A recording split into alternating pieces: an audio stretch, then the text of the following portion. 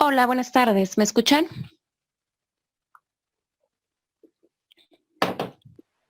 Hola, Lick, muy buenas tardes.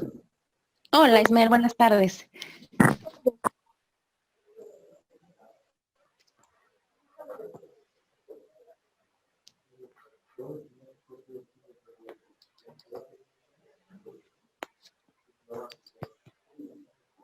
Ok, comenzamos para que no nos atrasemos, ya que tenemos relativamente poco tiempo. Si cualquier problema con el audio o algo, ya saben que me avisan y vemos cómo lo solucionamos.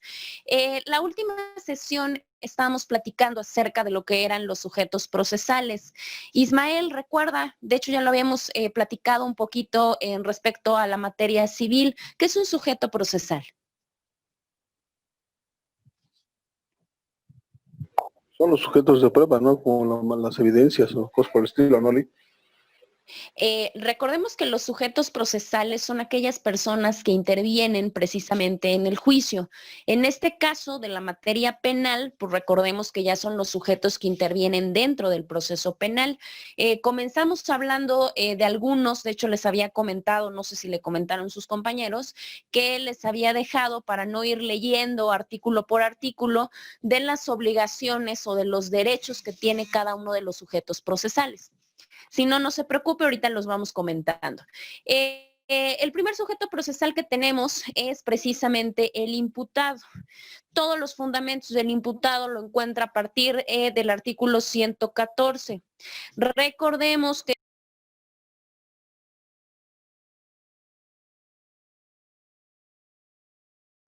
No se escucha.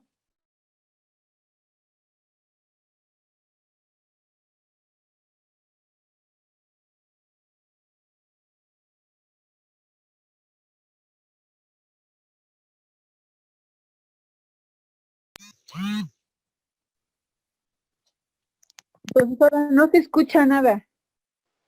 perdón, No se escucha nada, nada. no me escucha nada y me contesta. Ahorita ¿Cómo? sí, ahorita sí ya, pero hubo un lapso como de un par de minutos que no se escuchó nada, nada. De hecho, yo creo que sí, yo creo que el problema es de usted, Lisa, porque de hecho hasta me contestó Ismael.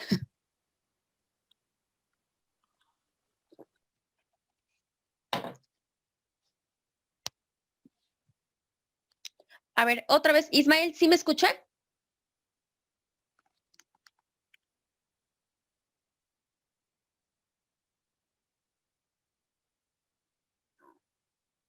Ismael, ¿me escucha?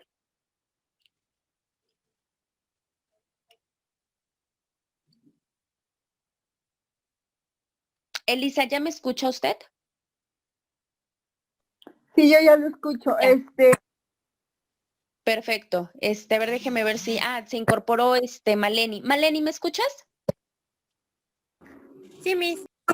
Perfecto, Maleni. Bueno, ya no hay ningún problema. Pero buenas Ok. tardes. Hola. Díganme. A mi sesión, de todos modos, aquí. Perfecto.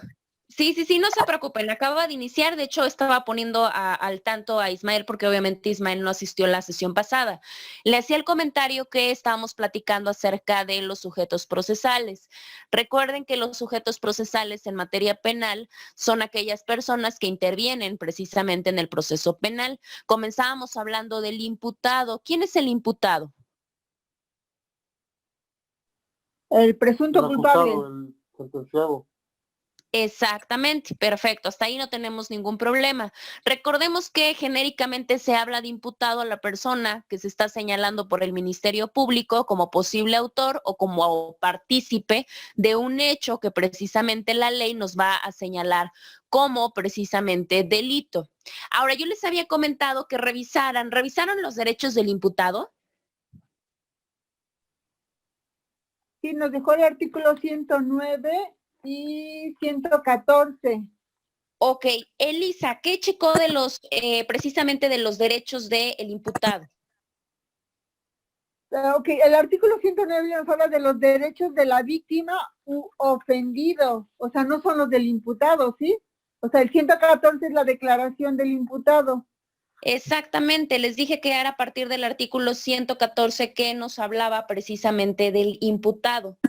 Y aquí nos dice que tiene derecho a declarar durante cualquier etapa del procedimiento y que lo puede el Ministerio Público o ante algún órgano jurisdiccional con pleno respeto a los derechos que lo amparan y en presencia de su defensor, es decir, en presencia de su abogado. En caso de que el imputado manifieste a la policía su deseo de declarar sobre hechos que investiga, esta deberá comunicar dicha situación al Ministerio Público, y que todo debe de ser de acuerdo a las formalidades que se encuentran en el código, previstas en el código. O sea, no podemos hacer nada si no está dentro de lo que marca la ley. Claro. Transgredir los derechos del imputado. Exactamente. Sí, de hecho, comentábamos, había varias. De hecho, si ustedes se percataron dentro de los propios derechos del imputado, la realidad es que por eso se los dejé, porque son 19 fracciones. Entonces, la realidad es que leer una por una iba a estar complicado. Dentro de los más importantes que es, recordemos que obviamente se le debe de tratar como inocente. De acuerdo a los principios de este nuevo sistema, se indica que a la persona se le va a considerar como inocente hasta que se le demuestre lo contrario. ¿Qué quiere decir? Que la carga de la prueba ya no corre propiamente a través de la persona que está probablemente acusada, sino obviamente de las autoridades, ¿sí? También hablábamos que eso es muy importante. Recuerden que cuando a una persona es detenida, tiene completo derecho de comunicarse con un familiar y obviamente con su defensor. Eso es forzoso, no se puede omitir. Otra de las partes muy importantes, que es la que trataba su compañera Elisa, puede declarar en cualquier momento procesal. Sin embargo, también tiene el derecho, ya sea de declarar o de guardar silencio. Eso también es completamente válido. Entre algunas otras, obviamente la asistencia del defensor, derecho a la información. ¿Qué quiere decir esta parte del derecho a la información? Que en el momento en que se le detenga y obviamente tenga que comparecer ante el Ministerio Público o ante el juez de control, se le tienen que leer sus derechos y se le tiene que decir o narrar los hechos. ¿Qué quiere decir? Obviamente la parte del por qué se le imputa, ¿sí? Obviamente tampoco puede ser sometido, y que eso era muy común en el anterior sistema, no puede ser sometido a ninguna cuestión que atente contra su dignidad o contra algún otro tipo de cuestiones. Obviamente en el caso de él y de la persona tienen todo el derecho de poder consultar todos los registros que se den o que se lleven a cabo dentro de la investigación, ¿sí? ¿Qué otro derecho tenemos? Digo, no se los voy enunciando en orden, ustedes ya los leyeron, ya los consultaron, entonces los vamos así tomando en cuenta. También pueden o tienen el derecho a que se reciban todos los medios de prueba. Eso es muy importante. ¿Por qué? Porque obviamente en las pruebas, ¿cuál es el efecto que tienen las pruebas? Pues precisamente acreditar su dicho. En este caso, pues presunta inocencia. ¿Qué otra cosa? A ser juzgado precisamente en el tribunal de enjuiciamiento. Y recuerden que aquí ya tenemos una temporalidad. Una de las problemáticas que presentaba el anterior sistema es que los procedimientos eran muy largos. En este caso no, los procedimientos deben de ser expeditos. Entonces, técnicamente, la persona ya tiene el derecho a ser juzgado en audiencia antes de 4 meses.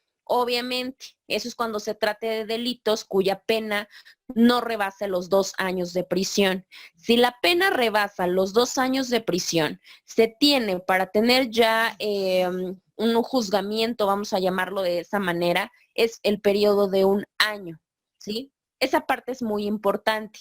Entendimos esa, sobre todo esa. Si mal no recuerdo, viene en el artículo 113, fracción décima.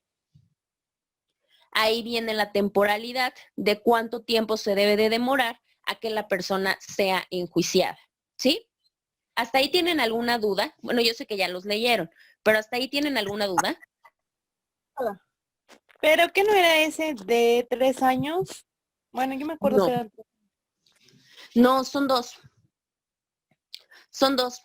Obvio, si no excede de 2, tienes 4 meses. ¿Qué quiere decir? Si tienes un detenido y ese detenido cometió un delito, obviamente en el cual ya tiene una carpeta de investigación, tienen que precisamente enjuiciarlo en un periodo que sea antes de los 4 meses.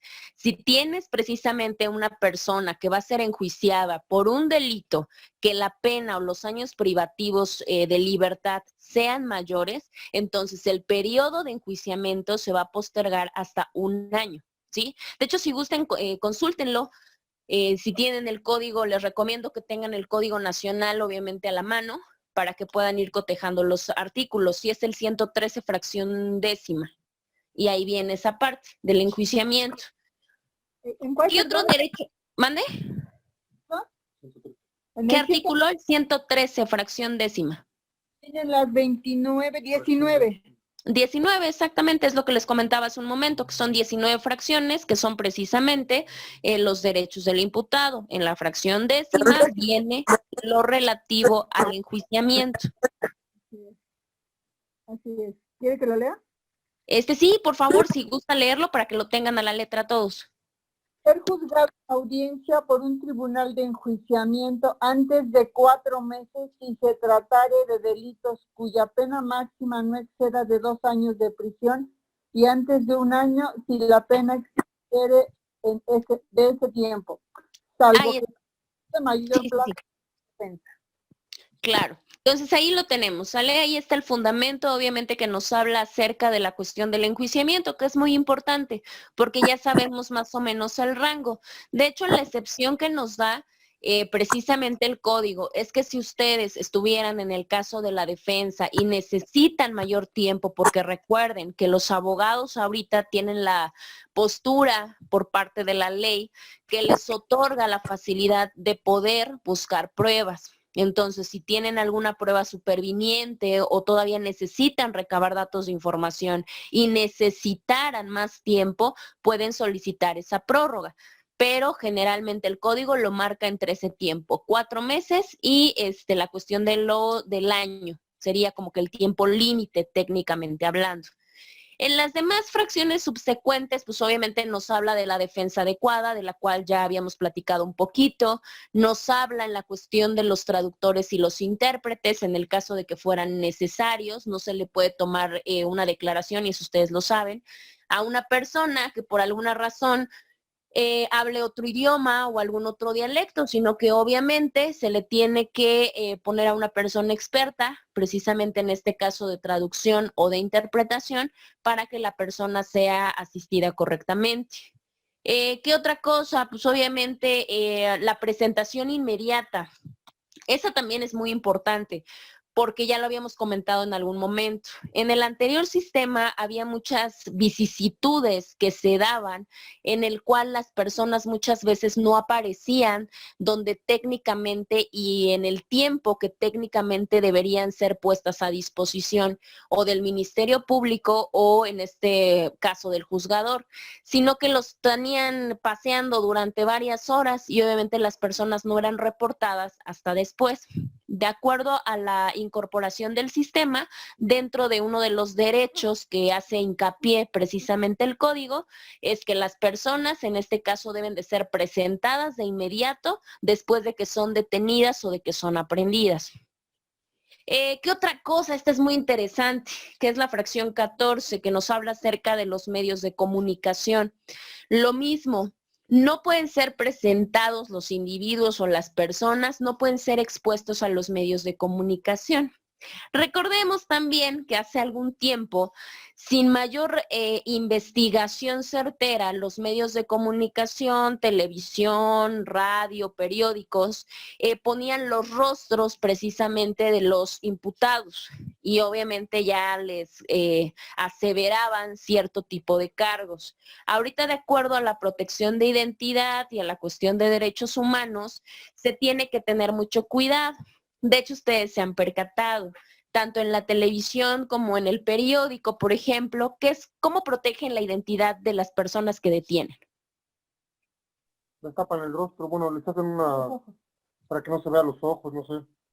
Exactamente. Esa es como la protección técnicamente que se le da a la persona, porque imagínense, están mediante una situación de investigación, no sabemos si la persona va a resultar absuelta. Entonces, imagínense, vamos a pensar también, hay muchas personas que están en contra porque dicen, bueno, es que son unos delincuentes, ¿por qué nos tenemos que poner a pensar en su identidad? Es más, de que los vean para que los exhiban y demás.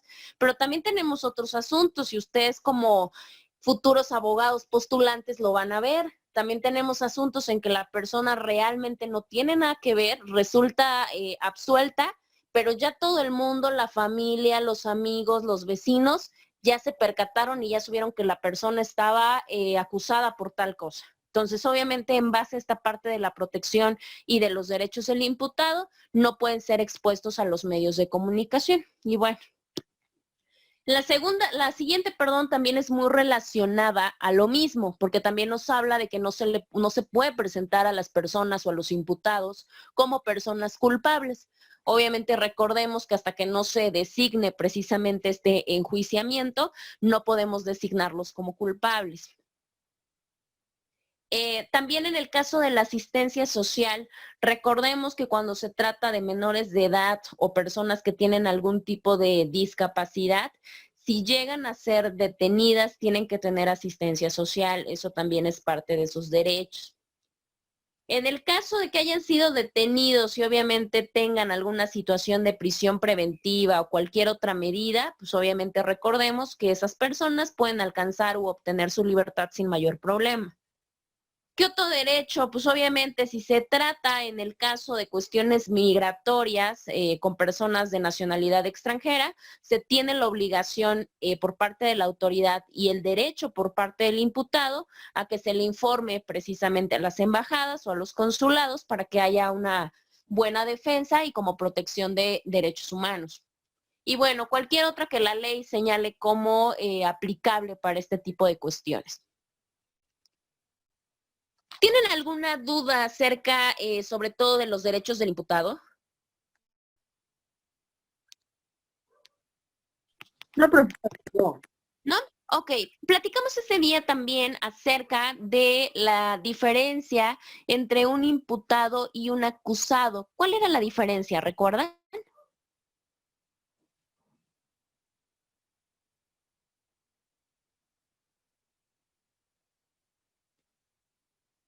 De hecho, ese día todavía la comentamos.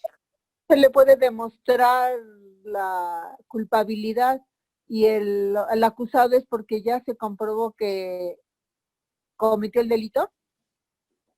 Exactamente. En el caso del imputado, recuerden que solamente es el señalamiento por parte del Ministerio Público, pero ya en el caso del acusado no, porque en el caso del acusado ya hay una formulación de acusación por parte del Ministerio Público, como bien dice su compañera, cuando ya se demostró y cuando obviamente ya hay una acusación directa. ¿Sí? Y ya, bueno, el sentenciado no hay más que decir. Recordemos que el sentenciado es el que ya tiene una sentencia, ya habíamos hablado que es una sentencia firme. Comentamos que es una sentencia firme, pues obviamente cuando ya no hay recurso alguno que proceda en contra de la resolución. De la declaración del imputado, bueno, fue lo que comentó su compañera Elisa al inicio. Platicamos también del defensor. En el caso del defensor decíamos que tiene que ser nombrado en ese momento y que como obligación tenía que ser abogado, licenciado en Derecho y que tiene que tener tanto título como cédula. En el caso de que no se designe uno, recordemos que tenemos la facilidad o el derecho de tener una defensoría pública, que quiere decir lo que conocemos como abogado de oficio, ¿sí? Ahora, es importante porque técnicamente tal vez muchos vayan para la parte de la cuestión de defensoría. En el caso de la defensoría, ¿cuáles son las las principales obligaciones? Ya lo habíamos platicado, que se entreviste con el imputado, que lo asesore, que comparezca, obviamente a cualquier tipo de diligencia o a cualquier tipo de audiencia que se designe, que analice todas las constancias, que obren en las carpetas de investigaciones, que tenga la comunicación directa, que tenga una participación activa en cuanto a la recabación de pruebas. Y lo último, pues que presente los argumentos y todos los datos de prueba necesarios para desvirtuar que existe el delito y que obviamente la persona tiene algún tipo de participación en él. Esas también ya las habíamos platicado.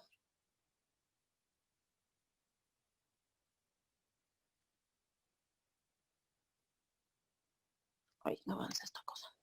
Ok, si mal no recuerdo, ahí nos quedamos, ¿cierto? Nos quedamos en las obligaciones del defensor, ¿no? O sea, que eran... Exactamente. Sí, de hecho les había comentado, las obligaciones son 16 obligaciones. Estas eran más importantes que las viéramos porque muy probablemente pues su labor va a ser precisamente en esta. Nos quedamos en las primeras 7, hasta donde yo recuerdo. La octava, que es precisamente la que tienen a la vista, si tienen alguna situación que gustan que lo amplíe o algo, me avisan. Solicitar el no ejercicio de la acción penal, eso es muy importante, porque recordemos, ya lo platicamos, ¿quién va a solicitar el ejercicio de la acción penal? ¿Se acuerdan? ¿El defensor? No. Que eso lo vimos la primera sesión. El juez, ¿no? No. El juez. Recuerden que el ejercicio de la acción penal es el Ministerio Público. ¿Por qué? Porque obviamente él es el que se va a encargar de reunir todos los elementos del delito. Y obviamente al reunir todos los elementos del delito, pues ya va a ejercitar acción penal. También platicamos del ejercicio de la acción penal por parte de particulares. Eso fue lo que platicamos la primera sesión. Bueno. Pues a contrario sensu, ¿quién es la persona que va a estar en contra de ese ejercicio de la acción penal? Pues técnicamente los defensores no van a querer que se ejercite acción penal en contra de su cliente. Entonces, una de las obligaciones precisamente de la defensa, pues va a ser solicitar el no ejercicio de la acción penal. ¿Qué otra cosa? Ofrecer los datos o medios de prueba. ¿Con qué fin va a ofrecer estos datos o medios de prueba en las audiencias? Pues obviamente para que comprobemos la inocencia de nuestros clientes o de nuestros defensos. Y también, pues obviamente que se promueva, que se excluya cualquier tipo de material probatorio que en este caso pues exhibe el Ministerio Público, porque digamos que nosotros estamos en contravención contra el Ministerio Público. La décima, la fracción décima va muy encaminada, ya lo habíamos comentado, a los métodos alternativos de solución de conflicto. Decíamos también en la primera sesión, cuando hacíamos la comparativa entre los diversos sistemas penales, la diferencia que había, que ahorita en el sistema acusatorio se buscan salidas alternas. Bueno, pues precisamente una de las obligaciones del defensor es eso, promover mecanismos alternativos de solución y obviamente que se busca una forma anticipada de determinación del proceso, de acuerdo a toda la cuestión aplicable que nos da nuestro código. Participar en la audiencia de juicio, claro, porque obviamente ahí vamos a exponer nuestra teoría del caso. ¿Saben qué es la teoría del caso?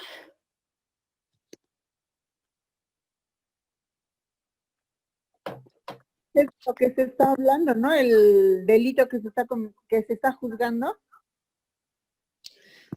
Claro, sí, básicamente es como una historia o una narrativa que nosotros como defensores tenemos que utilizar como herramienta para poder auxiliar a nuestro defenso y para poder hacer una defensa técnica y profesional y obviamente que la persona que tenemos en ese momento pues sea comprobada como inocente. Esa teoría del caso, digo, tampoco nos vamos a meter porque si no es exactamente lo mismo. Les voy a dejar, si gustan, en este caso Maleni me pidió material de elementos del delito. ¿Sí leíste tu material, Maleni? Sí, parte, no ¿Y qué todo, tal? pero sí. Pero sí, ya te quedó un poquito más claro lo que no recordabas de los elementos. Es que le digo que sí tenía apuntes, pero no como tal me acordaba de algunas partes o de algunas palabras, ¿no? Y ya como que ya lo complementé, pues sí. Exactamente. Claro, pues precisamente en el caso de la teoría del caso, nosotros tenemos que ver tanto los aspectos negativos como positivos precisamente del cuerpo del delito. La teoría del caso, digo, para no ahondar en palabras coloquiales, digo, probablemente no sé si lo vean en alguna materia penal posterior o en su defecto en una anterior que lo hayan visto. Se compone con alegatos de apertura y con alegatos de clausura, que no son otra cosa que argumentos que nosotros utilizamos para exponer nuestra historia al juez y para tratar de persuadirlo. ¿Sí? Aquí utilizamos herramientas como la oratoria, la retórica, estrategias o destrezas de litigación oral, entre algunas otras. Bueno, pues como defensores entonces nosotros tenemos la obligación precisamente de participar en la audiencia de juicio y exponer todo este tipo de alegatos y desahogar nuestras pruebas y cualquier otra cosa que auxilie en este caso al imputado, a nuestro imputado si somos abogados defensores. La 12, pues obviamente la persona no va a tener mayor información que lo más probable que nosotros podamos proporcionarle. ¿Qué quiere decir? Pues imagínense una persona que está privada de su libertad, pues la realidad es que la información, aunque la tenga como derecho, pues él no es conocedor propiamente de la cuestión legal. Entonces, ustedes como abogados, su principal obligación, o entre algunas otras, es mantenerlo informado de cómo se va dando el seguimiento a su proceso penal. Otra, pues obviamente si hay algún procedimiento especial, si estamos ante ese tipo de casos, pues tenemos la obligación de solicitarlo. La fracción que es la 14 tiene que ver con la parte del secreto profesional. Elisa, usted que sabe pues ya más de esta situación, ¿qué es el secreto profesional? Pues es así como ese contrato de secrecía que no puede uno estar divulgando con cualquiera, ¿no? Exactamente, en eso consiste precisamente lo que dice su compañera. El secreto profesional es esto, es una parte de guardar la información y de no compartirla con terceros. Obviamente, nosotros como abogados defensores tenemos todo el derecho y también una obligación de que dentro del desempeño de nuestras funciones, toda la información que nos llegue del imputado, no tenemos por qué divulgarla, salvo algunas otras cuestiones, porque recuerden que también si hay alguna cuestión que lo haga por solicitud de autoridad, se puede buscar algún tipo de mecanismo, pero la regla general es que no, como profesionistas ustedes no están obligados, al contrario. Si ustedes llegan a violentar el secreto profesional, probablemente se hagan acreedores a algún tipo de sanción. La 15ª, bueno, la fracción 15 va en la cuestión de los recursos. Ustedes como conocedores del derecho tendrán que ponderar si pueden solicitar o si es necesario interponer algún tipo de recursos. Su obligación es tanto hacerlo saber como tramitarlo. Y lo último, pues informar al imputado, pues obviamente la situación jurídica en la que se encuentra la defensa. Es muy importante, por eso habla de la cuestión de profesionalismo. ¿Qué quiere decir esta parte? No pueden engañar a sus defensos diciéndoles que por un delito de homicidio salen en un mes, porque la realidad es que no va a pasar. Entonces tienen que tener mucho cuidado con la información que proporcionan tanto al imputado como a los familiares, porque es parte de sus obligaciones.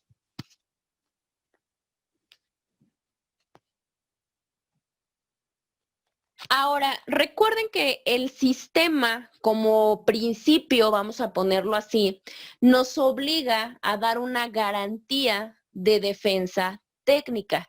¿A qué se refiere la parte de garantía de defensa técnica? ¿A qué les suena, Miguel Ángel?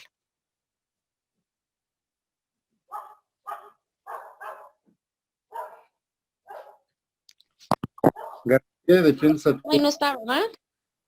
Sí, pero es que le digo que no Ay. puedo hablar y... No, ay, dije, con razón veo dos. Ok, no se preocupe, dígame. Garantía de defensa técnica. Pues me suena como a... ¿qué me suena? Que siempre prevendrá que tenemos que ser lo correcto, que seguir los lineamientos. Exactamente, tiene que ver con la parte de que, pues obviamente la parte profesional y la parte ética, precisamente de nosotros como abogados defensores. ¿Qué pasa? Porque esto es común. Si el órgano jurisdiccional, en este caso el juez, ve que precisamente hay una incapacidad por parte del defensor, tiene la obligación de hacerle el comentario, en este caso al imputado. ¿Qué quiero decir con esto? Si vemos formas reiteradas en las cuales el abogado se equivoca y de plano como tal el juez ve que no hay el conocimiento y que obviamente se está agraviando la garantía de defensa técnica, tiene que hacerle la mención, en este caso al imputado, para que pueda relevar a su defensor. Eso en el caso, obviamente, si se trata de un defensor privado, el imputado tiene una temporalidad. ¿Qué quiere decir? Tiene 3 días para que designe a un nuevo defensor, en el caso de los abogados privados, ¿sí? Ahora, si por alguna razón ya se le dijo al imputado y el imputado no designa a otro por la razón que ustedes quieran, un defensor público tendrá que ser asignado para colaborar en la defensa, ¿sí? Ahora, también tenemos la otra opción. ¿Qué pasa si se trata de un defensor público? Pues obviamente, independientemente de pertenecer al Poder Judicial y que tenga algún tipo de responsabilidad que pagar, se le tiene que dar vista, de hecho es vista, darle vista al superior jerárquico. ¿Qué quiere decir? Pues obviamente a su jefe para que lo releve y obviamente lo sustituya por algún otro defensor, pues más capaz, y que no haya ningún problema. En cualquiera de los dos casos, se puede hacer ya una temporalidad límite, que son 10 días. Obviamente 10 días, ¿para qué? Pues para que se le pueda dar una defensa adecuada a partir del acto en el cual se evidencia la parte de que el abogado, ya sea privado, ya sea público, no cuenta con los suficientes mecanismos para poder llevar a cabo la defensa, ¿sí? Entonces imagínense cuánta, aquí la parte es de analizarse, imagínense cuánta importancia tienen los derechos precisamente del imputado, que si propiamente el juez se percata que el abogado no es servil, tiene la facultad de poderle nombrar uno de oficio. Entonces, la realidad es que las defensas en cuanto al imputado son realmente exigentes. Que realmente tendrían que estar bien preparadas y empapadas del caso para que no suceda este tipo de acciones. Claro, sí, por supuesto. De hecho, ese es el detalle. Por eso decíamos, hay que tener mucho cuidado, porque la realidad es que cuando uno toma precisamente la parte en cuanto a una defensa de algún imputado, pues debemos de tener el conocimiento en diferentes cosas para poder saber si se toma la defensa. Porque imagínense qué feo que cuando se llega a algún tipo de audiencia se demuestre que no está la sapiencia y que tengamos que ser relevados, en este caso como defensores privados, por algún tipo de defensor público. Ok, la siguiente parte que tenemos es precisamente el Ministerio Público. ¿Cuál es la principal función que tiene el Ministerio Público? Que ustedes hayan escuchado, hayan vivido, demás.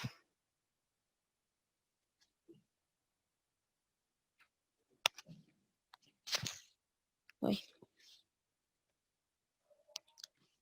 Ismael, ¿me escucha?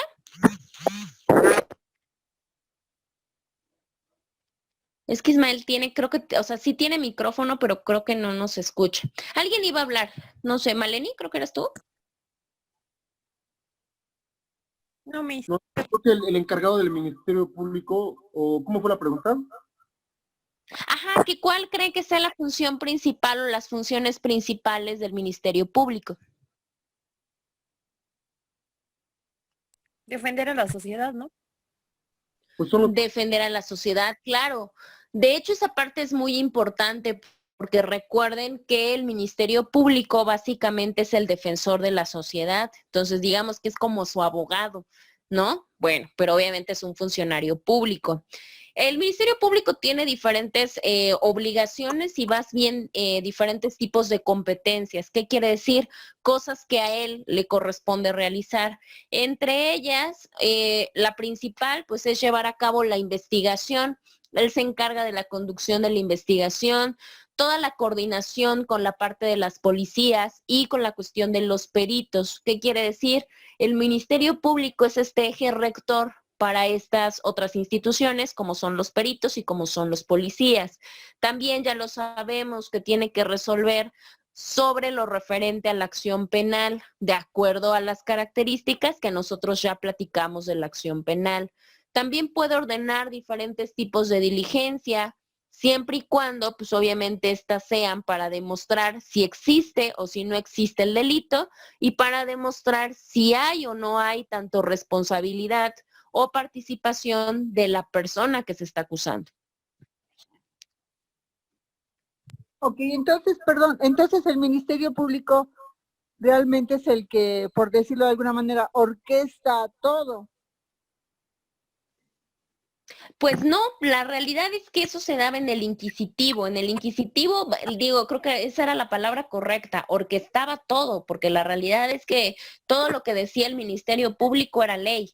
Ahorita no, por eso se le hace la parte de notarlo no como una persona única, ¿no? En su especie, sino como una simple persona conductora o una institución conductora.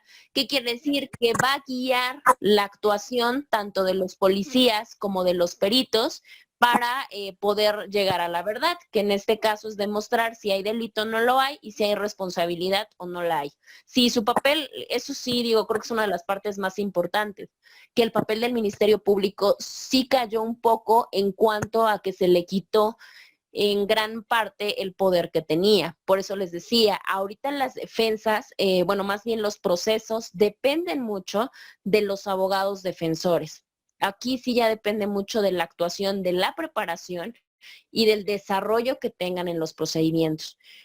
Por eso les comentaba, de hecho, déjenme buscar alguno que sea interesante. Digo que la verdad es que sí son videos muy largos, porque son videos de audiencias, ¿no? Pero no estaría de más, es una de las partes guía para que ustedes puedan ver el desarrollo de las audiencias y la realidad es que se pueden percatar de que muchos abogados defensores tumban propiamente las acusaciones del Ministerio Público. Entonces la realidad es que ya no podemos hablar de que sea un orquestador completamente del procedimiento. Ok, entonces el Ministerio Público defiende es por parte del Estado. Esa es la parte que, Claro. o sea, ya sea acusadora o defensora, igual que el abogado, pero por parte del Estado. En el caso del Ministerio Público, recuerden, por eso era lo que platicábamos ahorita, en el caso del Ministerio Público, por eso les decía, es como la parte de la protección y la defensa a la sociedad. ¿Qué quiere decir? Él defiende técnicamente, por decirlo así, a la víctima. Por eso les decía, los defensores, en este caso nosotros, ustedes, bueno, si son ministerios públicos, bueno, ya sería otra cuestión, o si son jueces, pero si son abogados litigantes, siempre van a tener a quien, pues generalmente la mayoría de veces van a tener a las personas acusadas, imputadas, sentenciadas, ¿sí? Y obviamente en base a eso va a generar, por eso les hablaba hace rato, de la estructuración de una teoría del caso, porque nosotros nos vamos a encargar de tratar de desvirtuar la acusación, en este caso del Ministerio Público. Ok, ok. ¿Sí? Sí, no está perfecto. Cualquier duda, sí vamos parando para que no haya ningún problema. Les puse acá una nota, o sea, como una cuestión propia para que ustedes le pongan un paréntesis o si toman apuntes o cualquier cosa, para que lo tengan muy presente. La carga de la prueba es referente a la carga de la prueba. La carga de la prueba para demostrar lo que tiene que ver con la culpabilidad va a corresponder a la parte acusadora, siempre y cuando lo establezca así el tipo penal, ¿sí? Paramos y lo desmembramos un poquito. Antes la carga de prueba ya era lo que yo les comentaba. a mí me están acusando, vamos a pensar, ¿sí? A mí me están acusando por homicidio. Entonces, técnicamente la imputada soy yo, ¿sí? ¿Quién me está acusando? Pues obviamente los familiares de la víctima a través del Ministerio Público. Pues entonces yo en automático con esa acusación yo ya era considerada culpable y yo tendría que demostrar junto con mi defensa mi inocencia, ¿sí? En el cambio del sistema, no. En el cambio del sistema, la carga de prueba corresponde a la persona que acusa. En este caso, ¿quién es?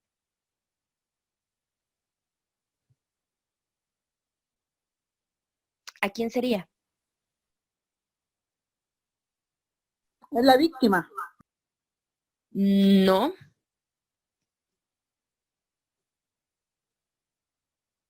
Esta parte es muy importante, digo, desconozco, yo sé que muy probablemente la mayoría no se dedique, tal vez sí a litigio, probablemente no a litigio penal, pero es muy importante que lo sepan, además porque no sabemos en qué momento lo necesitemos, ¿no? Muy probablemente para hasta alguna cuestión propia es importante conocer el propio sistema.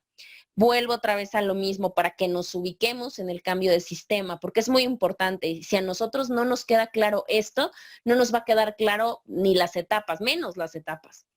La carga de la prueba, ¿en qué consiste la carga de la prueba? Demostrar. Básicamente es demostrar. Tener las pruebas necesarias para demostrar algo. Bueno, yo les decía, en el anterior sistema, la carga de la prueba le correspondía al imputado, vamos a ponerlo así. En la actualidad, no, en este sistema, la carga de la prueba va a corresponder a la persona que acusa. En este caso, ¿quién sería la persona que acusa? De su compañera, ok, la víctima, pero la víctima no lo puede hacer porque recuerden que estamos hablando de un homicidio. Entonces ya no hay víctima viva, para que me entiendan. En todo caso sería Puede ser con madre, sí. O sea, la cercana, la persona Ay, cercana, ¿no? ok, a ver, les reestructuro el ejemplo. Ok, entonces vamos a suponer que a mí me están acusando de homicidio, ¿no? Y ustedes dicen que la persona que se va a tener que encargar de mostrar las pruebas es la familia de la víctima. ¿Cómo? no sería el MP. Maleni, no te escuché como cortada.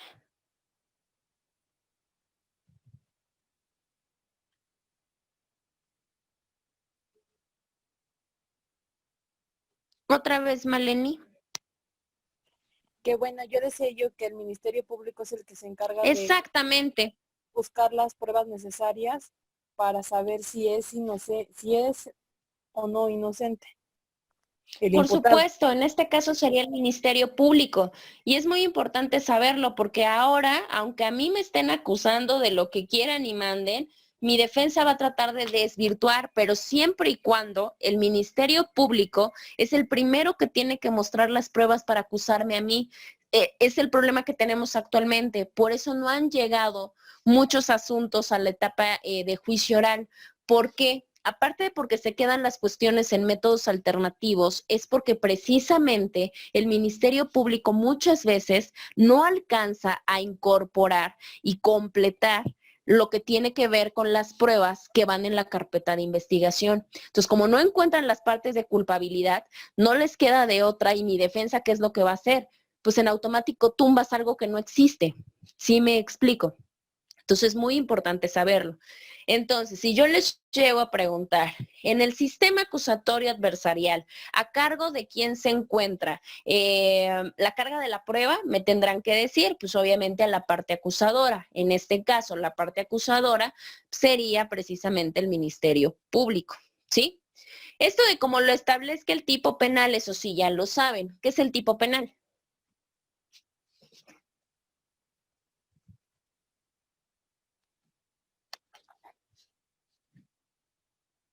¿Qué es el tipo penal?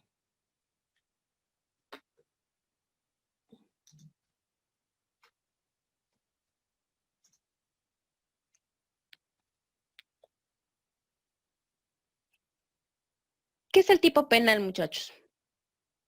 Es el orden del delito en donde se encuentra establecido. Por ejemplo, no sé, un tipo penal sería feminicidios, otro tipo penal sería, no sé, ay, es que no me acuerdo de otro, pero se supone que cada Ok, uno es diferente. ok, sí, claro. En este caso sería la descripción precisamente en lo que consiste el delito. En este caso dice su compañera, bueno, feminicidio, privar de la vida a una mujer por razones de género. Así, ¿sí? En eso consiste precisamente en la descripción precisa, tanto de lo que se hace o se deja de hacer para cometer precisamente el delito. Bueno, pues entonces ahí lo tienen. Dependiendo del tipo penal, pues ya veremos las pruebas y las cuestiones. Lo importante es saber que la parte acusadora en este caso sería el Ministerio Público. No recuerdo, la verdad no recuerdo si sí les dejé como tarea las obligaciones del Ministerio Público o ya no llegamos ahí o ya no les dije. No, ya no llegamos ahí. No Ya no llegamos llegamos ahí. ahí, perfecto, no hay ningún problema. Si gustan, se las dejo para que las chequen y hacemos exactamente lo mismo, porque precisamente las obligaciones del Ministerio Público son 24 fracciones. Entonces son muchas. Y lo mismo, la siguiente sesión las comentamos de manera general, sobre todo resaltando las más importantes.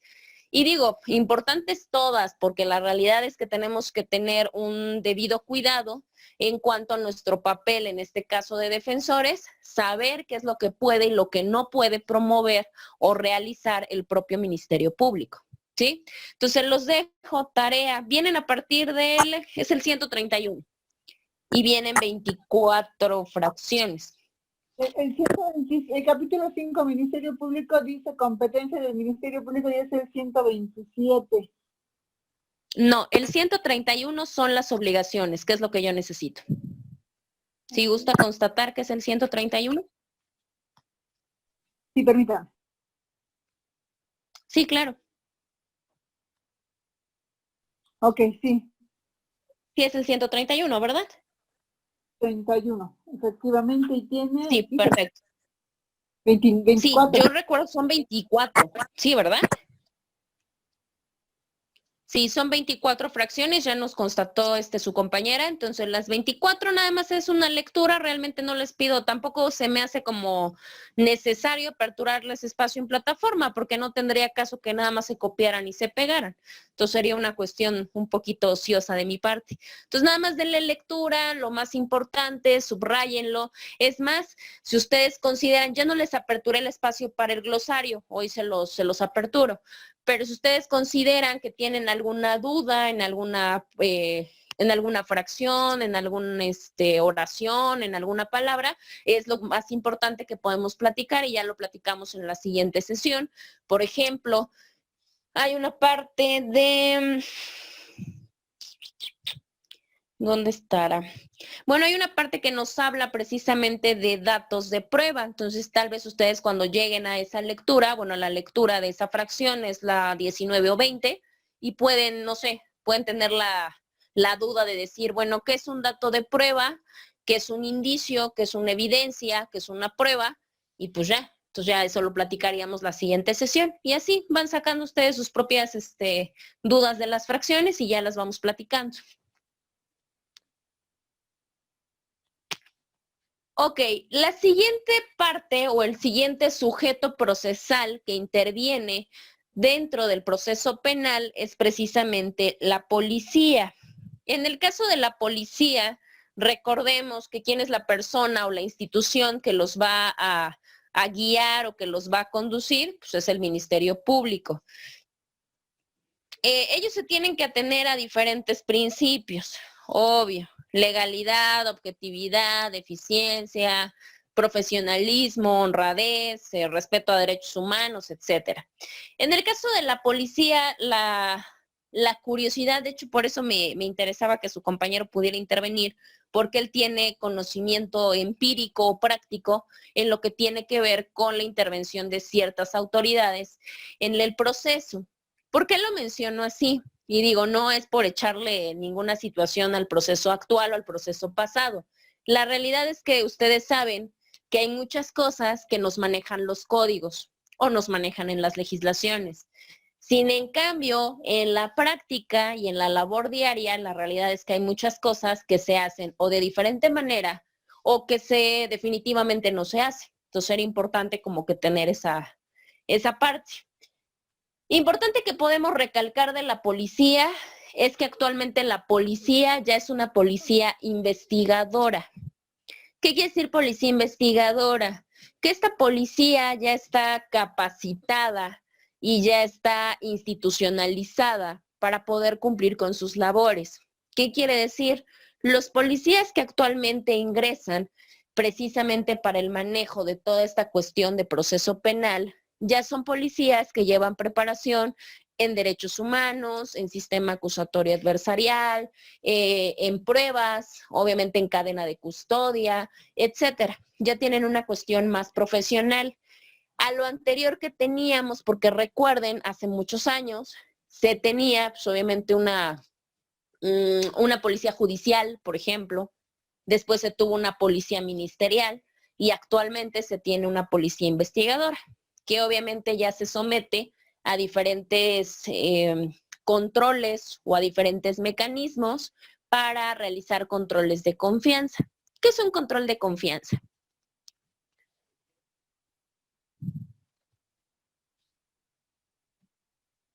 Pues, ¿Qué es un control de confianza? Cuéntenme. Es la parte donde los jefes o el ministerio, bueno, no sé cómo se llame, la fiscalía, somete a pruebas al personal para ver si son confiables, ¿no? Porque muchas veces, dentro de esas pruebas hay unas que son proyectivas y dentro de esas pruebas, pues, salen ahí así que en el fondo lo que tienen, lo que son capaces de hacer y si son confiables para claro. Encomendando.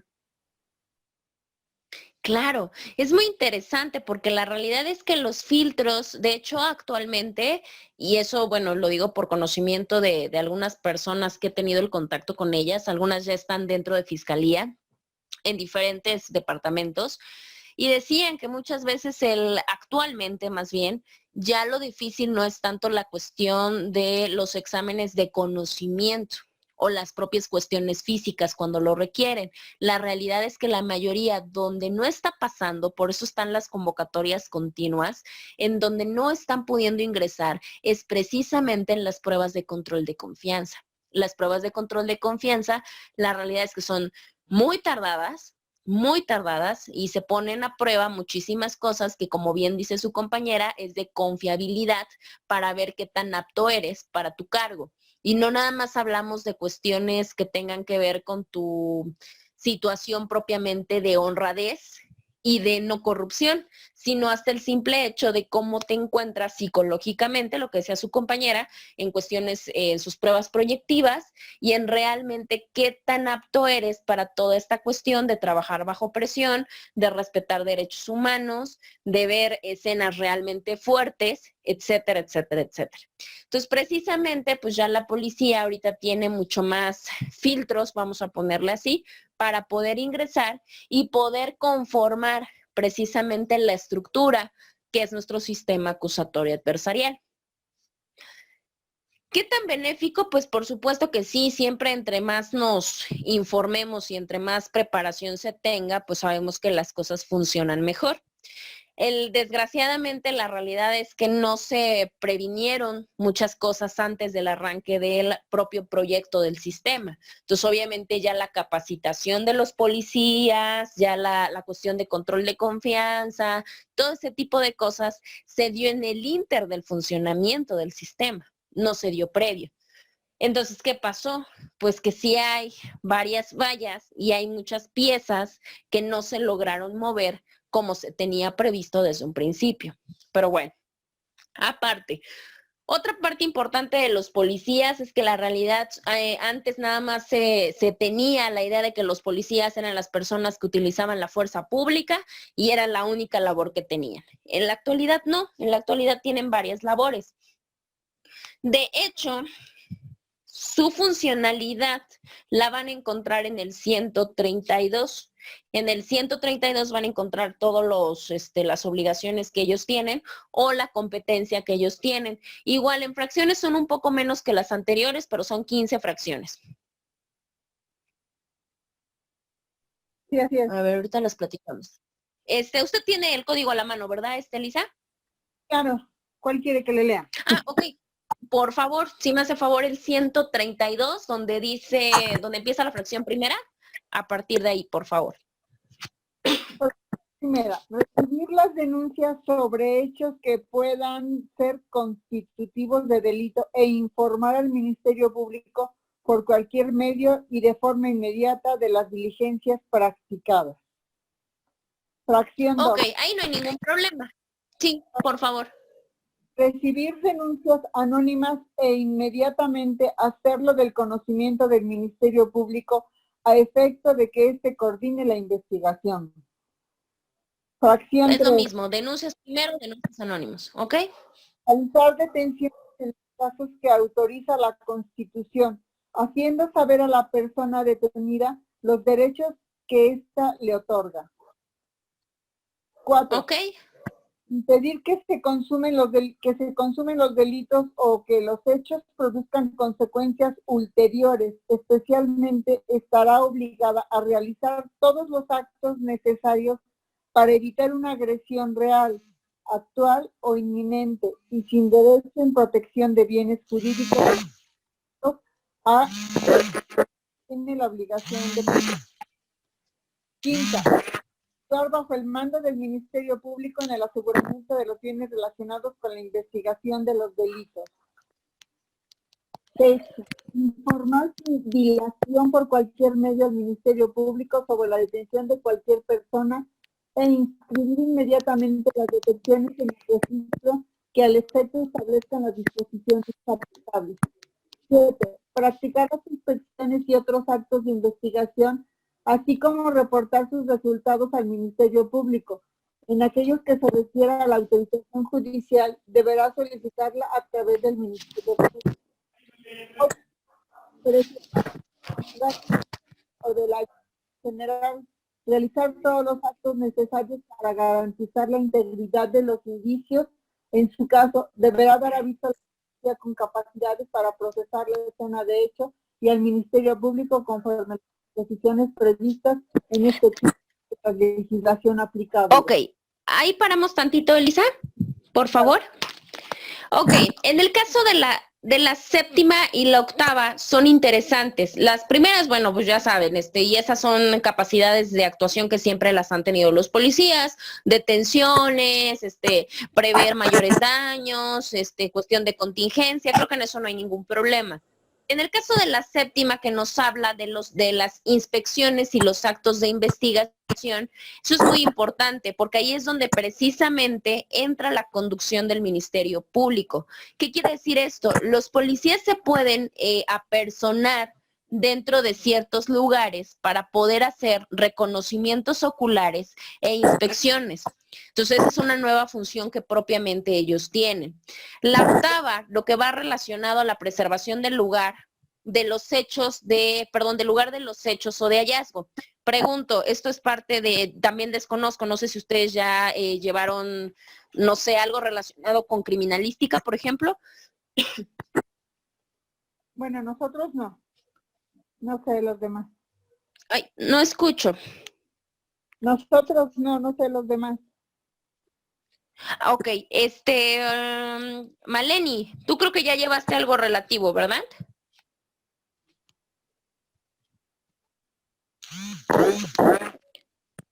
Sí, Miss. Maleni.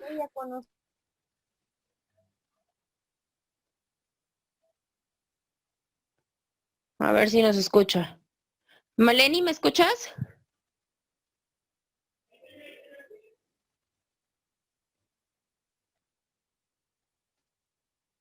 Maleni.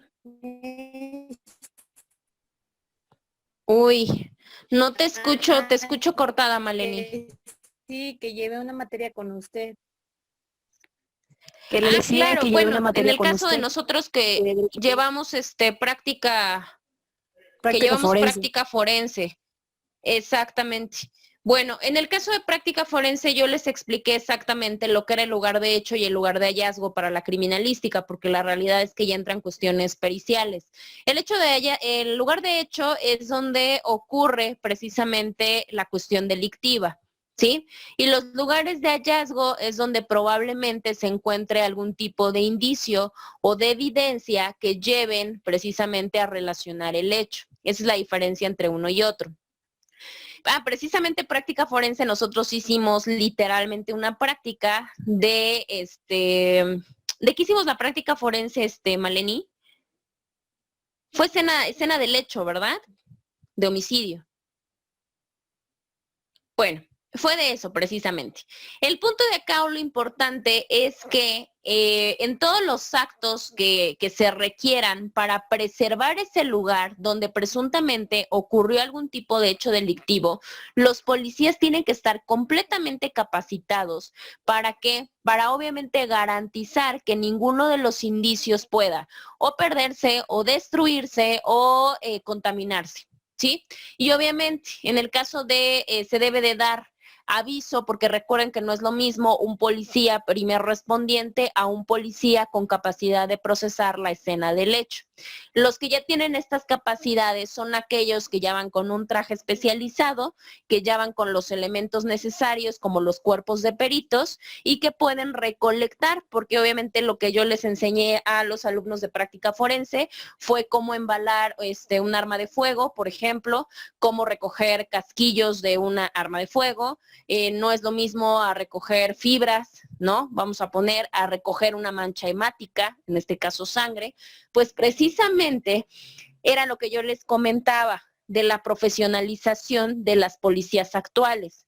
Antes decíamos, ay, un policía. No, la realidad es que ahora un policía primer respondiente o un policía con capacidad o con capacidades para procesar escenas ya tienen preparación hasta criminalística técnica para poder evitar que los indicios se contaminen y que lleven una correcta cadena de custodia.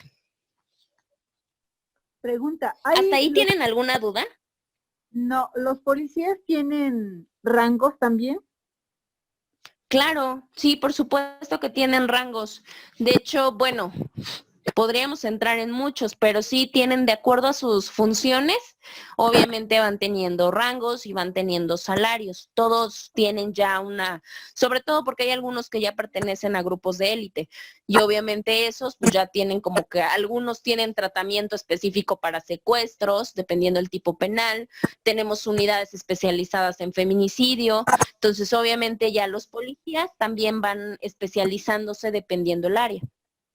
Ok, entonces o sea, me voy a ir muy sangre, pero okay, es como en la televisión que pasan que los crímenes y que cómo resguardan la escena y que llegan y que acordonan la zona y todo eso para poder preservar justamente todas las cosas que pudieran servir de prueba. Exactamente. Sí, la realidad es que muchas veces pensamos, ¿no? O vemos la parte de cómo se ve muy peliculesco, pero la realidad es que si es así, ya deben de seguir un protocolo. De hecho, ese fue el protocolo que yo vi con los chicos de práctica forense, que se debe de llevar un protocolo. Obviamente lo que dice su acordonamiento, el equipo necesario, obviamente no tenemos que tener en el caso de las mujeres, cabello recogido, de ser posible, obviamente cubrir la parte del cabello para evitar contaminar un indicio, guantes de látex o de nitrilo, dependiendo la evidencia que se vaya a levantar, pinzas necesarias, bolsas necesarias. De hecho, en ese momento, hasta sus compañeros, en este caso de derecho, quinto de derecho, llevaron hasta sus propias etiquetas. Yo les presenté los moldes, ellos llevaron sus propias etiquetas para hacer un llenado de cadena de custodia. ¿Qué quiere decir? Que cada una de las etiquetas llevaba la descripción del objeto, pero también llevaba la persona responsable, que era la que procedía dependiendo, la que recolectaba, la que transfería, la que conducía, etcétera. Entonces, todo eso va controlado para evitar que también algún tipo de indicio se pueda o contaminar o perder, porque eso es una de las cosas que practicábamos. Muchas veces no encontramos un cadáver. O sea, cuando encontramos un cadáver, bueno, probablemente se haga el levantamiento y ya, pero muchas veces encontramos proyectiles, armas blancas, celulares, drogas, por ejemplo, podemos encontrar drogas, pero técnicamente nosotros no sabemos si son drogas o no. Entonces tenemos que hacer un muestreo químico en el cual nos demuestre si es o no es. Entonces, precisamente los policías que tienen capacidades para procesar la escena, lo que hacen es hacer toda la fijación, la recolección, el embalaje, el etiquetamiento y ya, hasta ahí se quedan ellos. ¿Por qué digo que hasta ahí se quedan ellos? Porque muchas veces pensamos que ellos todavía siguen el proceso. La realidad es que no. Ellos en ese momento ya hacen la entrega a otra persona responsable que va a ser el que se va a encargar del traslado. El traslado, pues obviamente tiene que llegar a diferentes lugares, muy probablemente a laboratorios, vamos a pensar, a CEMEFO si se trata de un cadáver, no sé. Entonces vamos por etapas, pero los policías, por lo menos los que tienen capacidades para procesar, se encargan de toda esa parte, imagínense, hasta la fijación. De hecho, hay peritos que ya se encargan de fijar. ¿Cómo se fija un indicio? Fácil, digo, no es nuestro tema, pero para que tengamos una idea. Los podemos fijar por una narración escrita, por ejemplo, o lo podemos fijar por medio de fotografías, que es lo más efectivo, porque recuerden que muchas veces hay detalles que pasan desapercibidos para nosotros, para nuestra vista, porque somos humanos. Pero sin en cambio con una fotografía, posteriormente podamos visualizar mayores detalles. Pues para eso sirve. Entonces muchos de ellos probablemente hasta puedan ya fijar, porque también le platicamos con los alumnos de que no siempre se fija de la misma manera. O sea, no es como tomarnos una selfie. La realidad es que tienen grados que pueden tomarle las fotografías a los indicios. Entonces eso también se aprende. Pues toda esa capacitación en criminalística, muchos de ellos hasta en criminología, la tienen ya. Y obviamente tienen su previa capacitación y también los evalúan. Si los evalúan de manera correcta, pues ya les dan el rango para que puedan realizar esas funciones. Ok, gracias. ¿Hasta ahí tienen alguna duda? Interesante esto. No, todo está bien. Sí. Sí, la verdad es que sí. Por eso les comentaba, ya en la actualidad, por ejemplo, en el caso de la imagen del policía, ya es un poquito más de ser un profesional, ¿me entienden? O sea, antes decimos, un policía, ¿no? No, la realidad es que ahorita la preparación y capacitación que han llevado en Fiscalía, la realidad es que por lo menos acá en Puebla les han dado otro rango, también para que nosotros aprendamos un poco. Entonces, imagínense, si como policía ya deben de tener el conocimiento en criminología, algunos en psicología, en criminalística, en derecho, porque tienen que saber derecho. Pues imagínense nosotros como abogados, por supuesto que debemos de tener el conocimiento en todas esas áreas y nos ayuda muchísimo. ¿Me puede continuar la lectura, por favor, en las siguientes?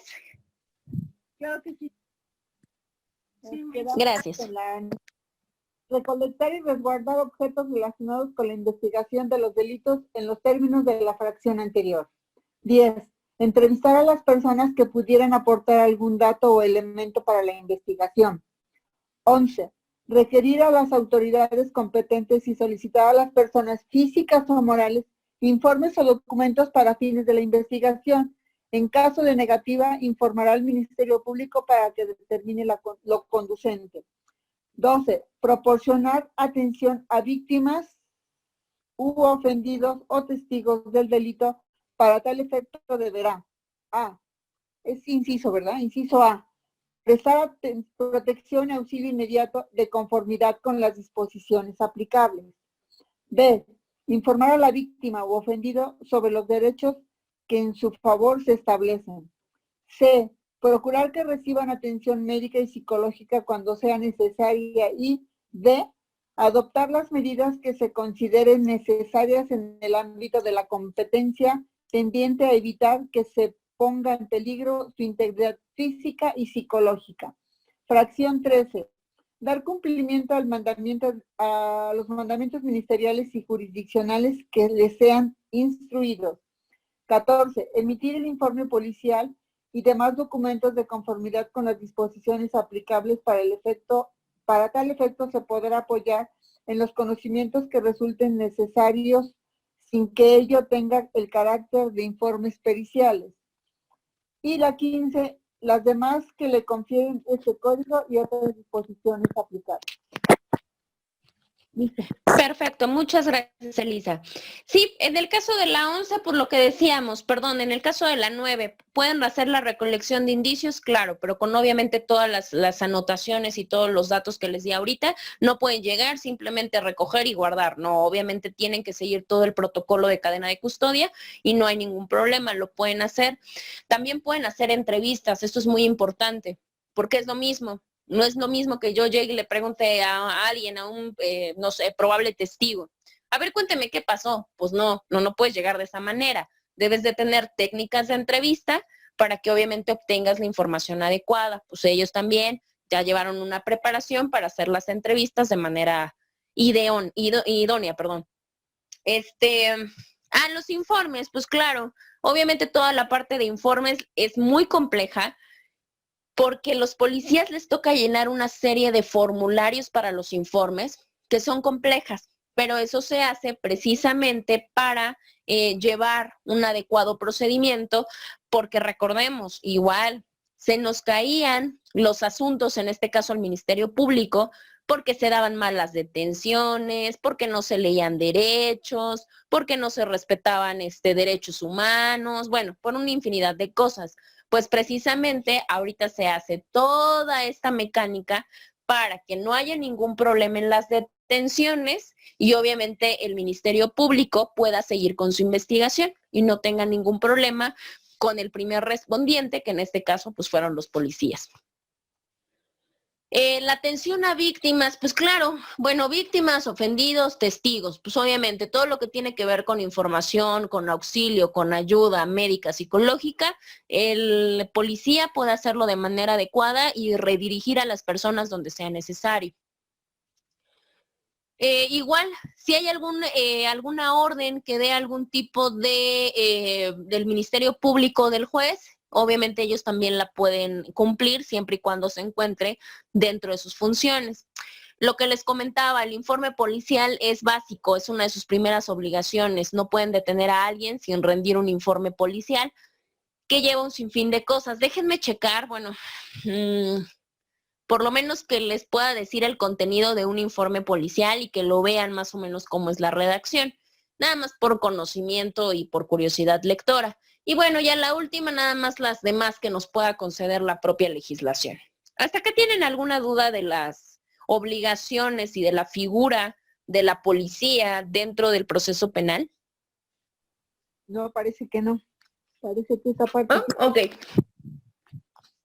Perfecto, entonces avanzamos al siguiente.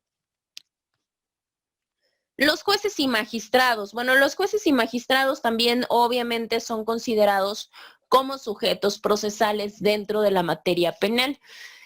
En el caso de los jueces y magistrados, la realidad es que no se da mucha información, salvo la parte de la comprensión de los órganos, y eso es muy importante. El artículo del 133, igual de este mismo Código Nacional. En este caso, ¿a qué nos referimos? Recuerden que en el sistema inquisitorio se hablaba de un único juez, por tanto solo se hablaba de una parte de competencia jurisdiccional. En la actualidad, en el sistema acusatorio no solamente es un juez, sino que técnicamente se habla de tres jueces, vamos a ponerlo así, o de 3 tribunales o juzgados que se encargan precisamente del conocimiento, de acuerdo a su competencia, del proceso. ¿Cuáles son estos dos? El juez de control, el tribunal de enjuiciamiento y el tribunal de alzada. Aquí están.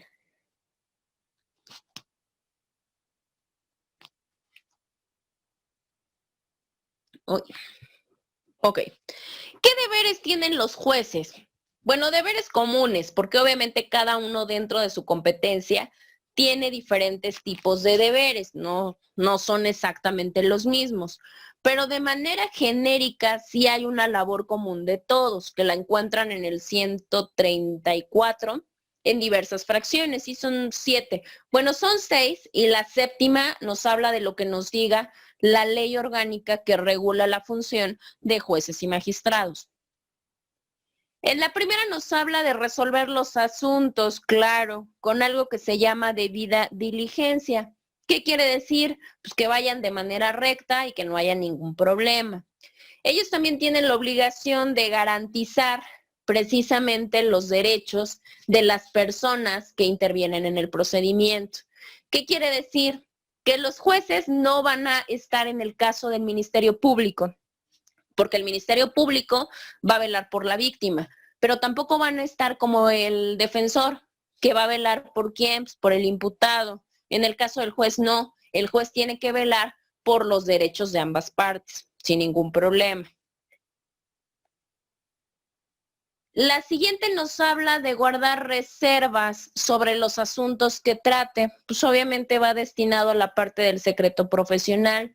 ¿Qué quiere decir? Que tampoco él puede andar divulgando información con respecto a los asuntos que tiene bajo su cargo. Siguiente, atender de manera oportuna pues, a todas las partes que intervienen en el procedimiento. Siguiente, tampoco puede presentar, en este caso, al público o a los medios, al imputado, ¿sí? Él tiene que guardar también siempre secrecía en cuanto al estado jurídico de la persona. Mantener el orden, pues claro, ya seas un tribunal de alzada, ya seas un tribunal de enjuiciamiento, seas el tribunal que seas, tienes la obligación de mantener orden en las audiencias. Y ya, la última, lo que les decía. La siguiente parte procesal son los auxiliares de las partes. Pregunto de manera abierta, ¿quiénes creen ustedes que sean los auxiliares de las partes?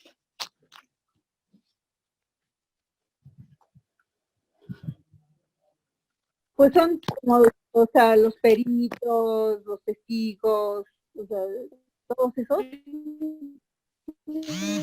Exactamente, de hecho esa sería la parte más, más lógica. En el caso de los auxiliares de las partes tienen un nombre exacto, y el nombre exacto son consultores técnicos. Así se los puse. Ajá. Son consultores técnicos. Obviamente los consultores técnicos se dice que son auxiliares porque no necesariamente es obligatorio que estén presentes dentro del proceso. ¿Qué quiere decir? Si por las circunstancias del caso las partes que intervienen en el procedimiento consideran necesaria la asistencia de un consultor, ya sea en una ciencia, en un arte, en una técnica, se le tiene que plantear así al juez, ¿sí? El consultor técnico puede acompañar en las audiencias a la parte con quien colabore. ¿Qué quiere decir? No lo confundamos única y exclusivamente con un perito. ¿Por qué? Vamos a pensar que tenemos un asunto de feminicidio, ¿sí? Para el feminicidio yo voy a tener que invocar mis pruebas, muy probablemente pruebas médicas, obviamente de un médico forense, para las lesiones, etcétera, ¿no? Ese sería mi mayor peritaje. Pero ¿cuál creen ustedes que podría ser mi consultor técnico en ese caso? ¿A quién llamarían ustedes? ¿Al MP? ¿A quién? ¿Al Ministerio Público? No, ustedes como defensa.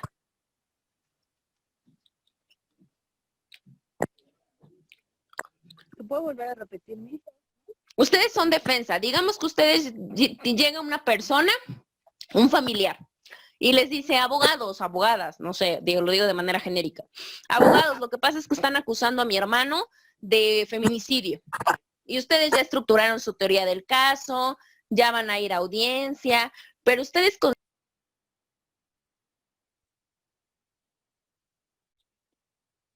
Ya no se escucha.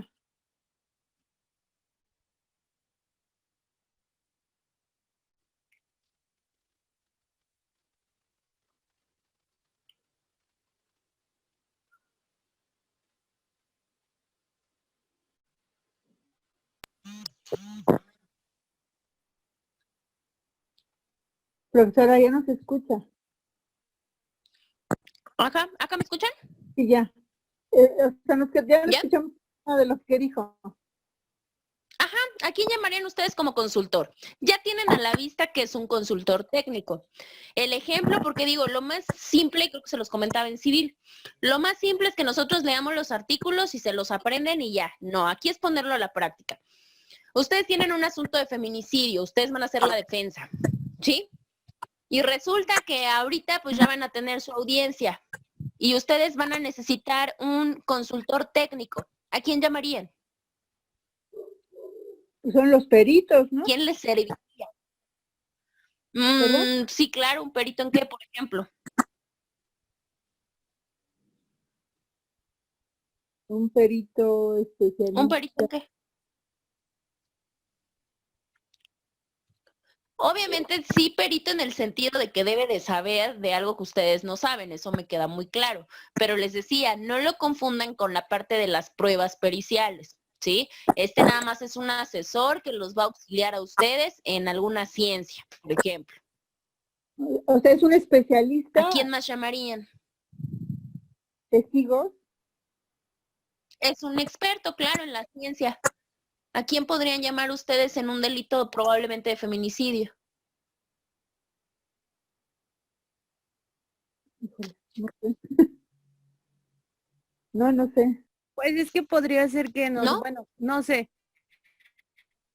Yo como una persona llamar a un abogado, ¿no? Para que me asesore.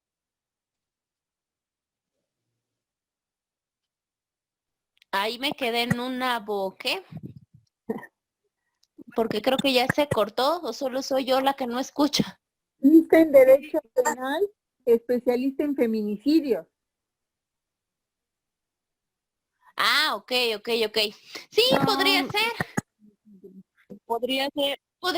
si ustedes quieren, si ustedes consideran necesaria una persona que los auxilie en eso, pues podría ser válido, digo, al final de cuentas, que de utilidad, digo, porque también los asesores técnicos o consultores técnicos se llaman en cuanto a la utilidad que tenga para nosotros. Si a mí me preguntan, yo podría, no sé, llamar precisamente a un psicólogo, por ejemplo, especialista en razones de género, por ejemplo. ¿Por qué? Porque él, recuerden que el tipo penal de feminicidio nos dice que es el que priva de la vida a una mujer por razones de género. Entonces, obviamente, probablemente el psicólogo me puede explicar a qué se refiere la parte de las razones de género, de la misoginia, vamos a pensar, diferencia con el machismo, no sé, cuestiones X. Entonces, a mí probablemente me podría servir una persona especializada en razones de género, se me ocurre en el área de psicología, por ejemplo.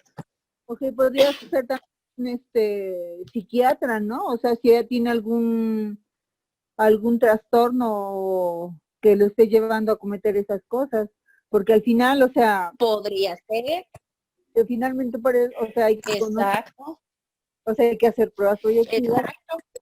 hacer una anamnesis para determinar desde cuándo, o sea, tiene este tipo de problemas. Exactamente, ahí eso dependería de la estructura de teoría del caso del abogado y que diga, bueno, yo voy a solicitar una cuestión de algún excluyente, ¿no? Algún excluyente de responsabilidad. Entre esas se encuentran precisamente algún tipo de trastorno mental. Bueno, pues en este caso, ¿qué necesitaría? Más allá de la prueba pericial, pues alguien que me esté asesorando en ese momento, que si yo no conozco algún término psicológico, psiquiátrico, pues obviamente pueda tener una persona al lado que me puede estar sacando de mis dudas o que yo necesite alguna consulta express y que me pueda estar guiando en ese procedimiento. ¿Sí? Ok. ¿Hasta ahí vamos bien? sí, Perfecto. Sí, perfecto. Ya creo que ya con los ejemplos ya Estuvo muy bien. Ok, ya con el siguiente tema, ya iniciamos con cosas un poquito complejas en cuanto a la situación de que todavía no llegamos al propio proceso, a las etapas, pero es importante saber de jurisdicción y de competencia. Yo sé que esos temas muy probablemente los han de haber visto de manera genérica en alguna materia, no sé en cuál. Pudo haber sido en cualquiera de las que hayan llevado. Hago la pregunta, si no, no se preocupen, ahorita salimos de dudas. ¿Qué diferencia hay o qué es la jurisdicción y la competencia?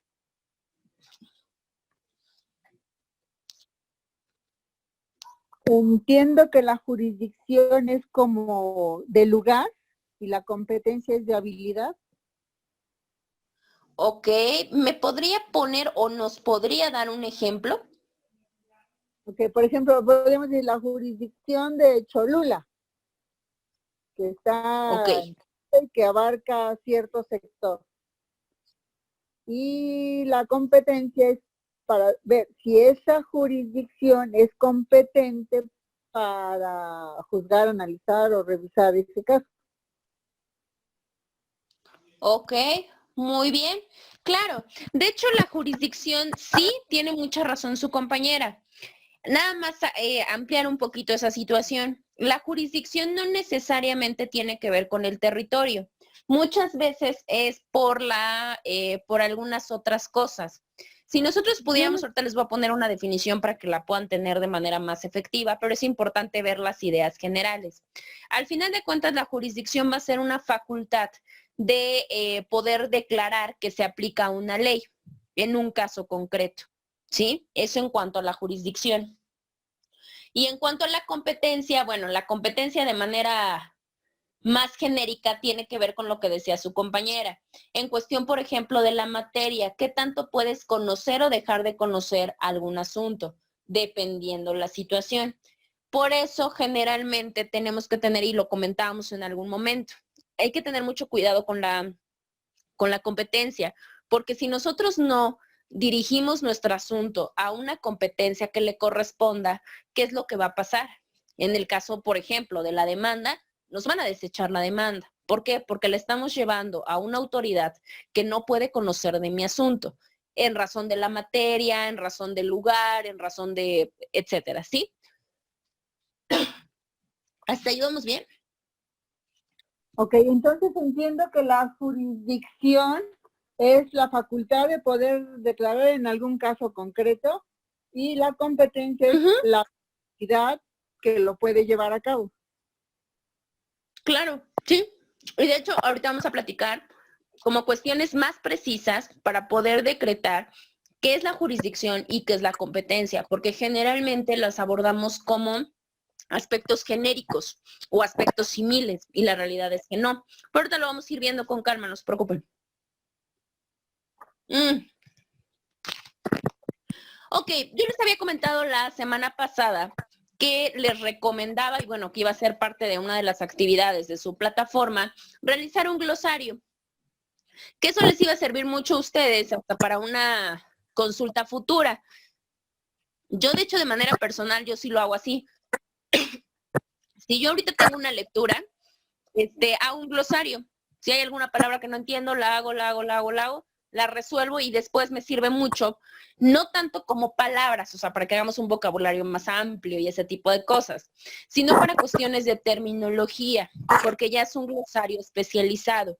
¿Qué quiere decir? Que obviamente son materias específicas de derecho. Entonces hay palabras o hay frases que muchas veces no entendemos por algún solo concepto, ¿sí? Lo que yo les comentaba hace rato de los artículos. Me habla de datos de prueba. Y ahí mi duda, o sea, si no lo supiera, mi duda sería esa. Ay, ¿cómo me habla de datos de prueba y no de evidencia o no de indicio? Ah, bueno, pues hago mi glosario y así voy. Entonces, les voy a pedir que al glosario que ustedes ya tienen o que ya comenzaron a realizar, le agreguen dos palabras, bueno, dos conceptos, que es competencia concurrente y concurso de delitos. ¿Sí? Por favor. Sí.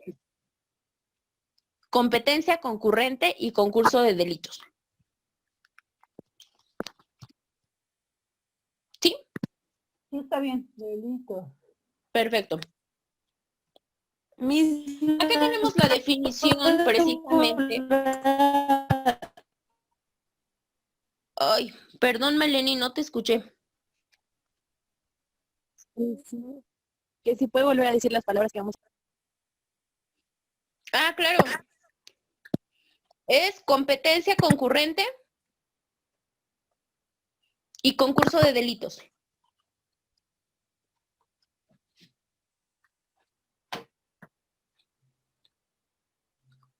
Ok, gracias. ¿Qué es lo mismo de De concurrencia? nada, Melanie. Perdón, ¿es lo mismo que concurrencia de culpa? Mande. ¿Es lo mismo que concurrencia de culpa? No, esto va ligado completamente con la parte de competencia. Y vamos a ver, ¿por qué les dejé competencia concurrente? Ustedes lo van a buscar y yo creo que ahí van a discernir. Porque hay delitos que precisamente se encuentran mediante competencia concurrente. Entonces nos ayuda a saber qué tipo de tribunal puede decidir sobre la situación jurídica del imputado. Entonces es muy importante saber en qué momentos tenemos ese elemento y qué es lo que podemos hacer en ese elemento. ¿Sí? Por eso se llama competencia concurrente. Pero ustedes ya lo buscarán de acuerdo al autor que ustedes quieran, no hay problema. ¿Sí? Sí, está bien. Perfecto. Ok, les decía que lo que íbamos a ver, bueno, era precisamente jurisdicción.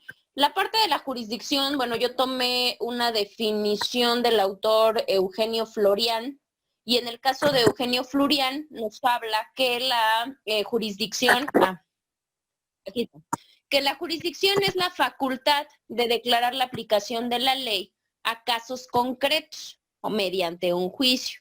De ahí que se puede afirmar que la jurisdicción es la potestad de imponer la fuerza ejecutiva a la declaración con que se aplique esa ley a un caso concreto. A la potestad de pronunciar el derecho, en este caso en materia penal, así como también la facultad de dictar disposiciones adecuadas para la ejecución de las sentencias y para las medidas de seguridad. ¿Sí? Básicamente la ampliación que da el autor Florian es con referencia al, aparte del conocimiento que se tiene por medio de la aplicación de una ley en casos concretos, viene también con la situación de la facultad que se tiene para aplicar el derecho, no nada más en un juicio como tal, sino también la jurisdicción va de la mano para poder aplicar desde una ejecución de sentencia hasta una medida de seguridad. ¿Sí? Es lo único que hace el complemento el autor Eugenio Florian. Facultad. Mande. Facultad, realmente, ¿no? Claro, sí, de hecho lo pueden equiparar, digo, cualquiera de las dos está bien, facultad o potestad es exactamente lo mismo, ¿sí? De hecho, si se dan cuenta, lo nombra dos veces, pero con diferentes palabras. Pero sí, básicamente la jurisdicción es una facultad que se tiene.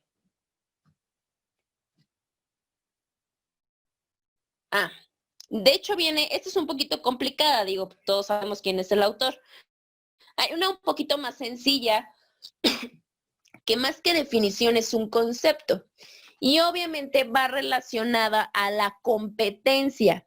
Y la competencia nos dice que es aquella parte de la jurisdicción que corresponde a cada órgano jurisdiccional, según ciertos criterios, a través de los cuales las normas procesales distribuyen la jurisdicción entre distintos órganos ordinarios. ¿Qué quiere decir? Y es muy importante porque aquí nos vislumbra toda la situación. Entonces, la competencia es una parte de la jurisdicción, ¿sí? La jurisdicción es de manera genérica, esta facultad que se tiene para atender ciertos casos concretos, y la competencia es precisamente la parte que le corresponde a cada órgano de manera singular, dependiendo la aplicación de cualquier criterio, que era lo que decía su compañera hace rato, dependiendo la materia, dependiendo el territorio, porque no es lo mismo que yo tenga un asunto civil y lo lleve a un juzgado familiar, por ejemplo. ¿Por qué, qué va a pasar ahí? Pues me va a decir, la jurisdicción sí es, porque yo como autoridad del Poder Judicial del Estado, sí me corresponde, sí tengo esa jurisdicción, pero no soy competente de acuerdo a la materia, ya que tu asunto es o de carácter civil y mi tribunal es de carácter familiar, entonces no te lo puedo atender, ¿sí? Sí, Sí, perfecto, ¿quedan claros esos dos? sí, o sea, y ir o sea, que a donde corresponde. Aunque sea Claro, sí, y es muy importante saberlo. Podemos la- decir en ciertas materias, podemos decir, bueno, pero pues es que no es tan complicado, ¿no? La realidad es que en la práctica sí es complicado, porque muchas veces ni siquiera sabemos si es en un tribunal de alzada o si tenemos que llevarlo a un tribunal ordinario, dependiendo la competencia.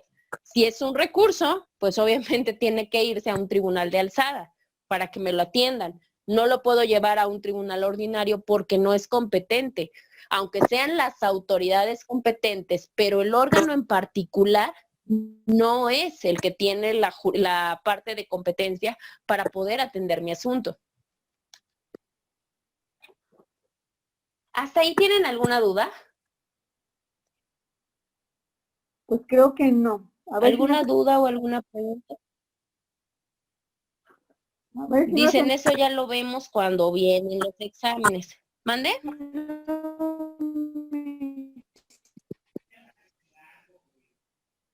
Ay, Dios, no escucho. No escucho, ¿me gusta repetir? Creo que fue Maleni. sí fue Malena. Sí, ¿verdad? No, Miss, Este, no duda. sí, no te preocupes, Maleni, restablece si quieres tu audio y no hay problema.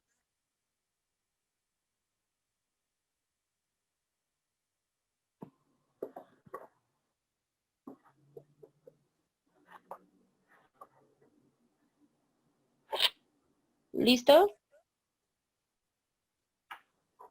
Ya, ¿me escucha? Sí, perfecto. Ok. Decir que no tengo ninguna duda, Miss. Ah, perfecto. Perdón, Maleni, te hice repetir, perdón.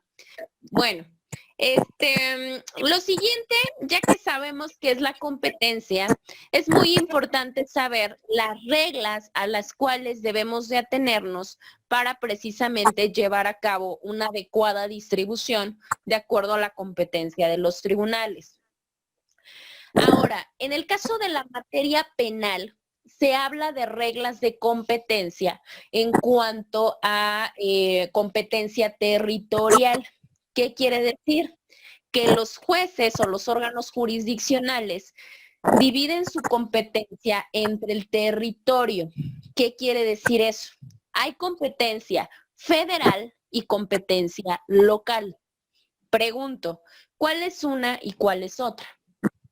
Pues la federal abarca toda la República Mexicana y la local Exacto. solamente el municipio, ciudad, estado. Exactamente. Obviamente se remite a las partes de entidades federativas. Para la materia penal no hay propiamente una cuestión municipal. Si ya hablamos de un proceso penal, puede ser de algún municipio, pero si ya hablamos de un proceso, se va a llevar a cabo, si no es de materia federal, se va a llevar a cabo en la capital, ¿sí? En este caso, en la capital del estado. A ver, Yo tengo una duda. Por ejemplo, dígame. el Código Penal del Estado de Puebla rige a todo el Estado de Puebla. No hay alguno para, o sea, que digamos que Cholula quiere tener su propio código. No, es el del Código Estatal. Y Exactamente. si el código, si hay algún delito que no esté tipificado en el Código Estatal, ¿nos vamos con el federal? Sí, de hecho, en el caso de, no se hace tanto por las lagunas. En el caso de la primera pregunta es sí. ¿Qué quiere decir esto? Que no es por todo el estado. No hay municipio, no hay cabecera, no hay junta auxiliar que tenga un código de esa índole. Se tienen que atener al código del estado. Ahora, en cuanto a la otra, no es tanto porque existe alguna laguna.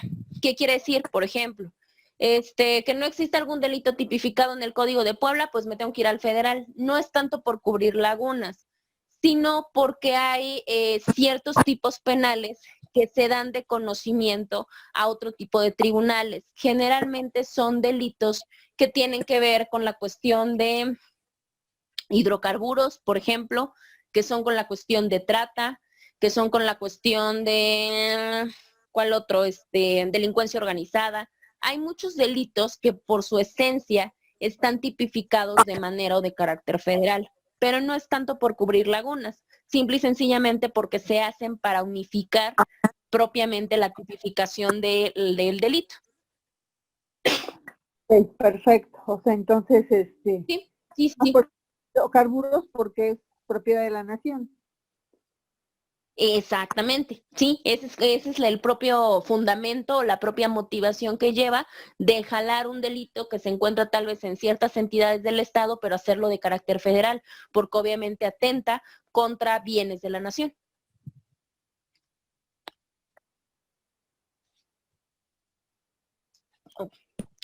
Ahora, si ya no tienen dudas, avanzamos. Pregunto, ¿alcanzan a ver esta diapositiva? Pues la vemos, pero no la Yo la distinguimos. veo, pero No, ni A aunque ver, ustedes me indican. Ahí ya la ven. lo grande se distorsiona. Ahí ya se distorsiona. No. Bueno, yo no sé si Elizabeth sí. A ver, ahorita vemos, esperen. Y ya la hizo muy grande. Sí, ya la había hecho grande, pero ya la quité, ¿ya ven? Espérenme tantito. No hay problema, digo, lo podemos ampliar sin mayor situación, nada más déjenme ver. A ver, déjenme ver si... ¿Ya lo pueden visualizar el material? No. Ya, espere. Ok. Ah, sí, recuerden que son unos segunditos en lo que carga, entre lo que lo proyecto y ustedes lo visualizan. A ver, ¿ya lo ven un poquito mejor?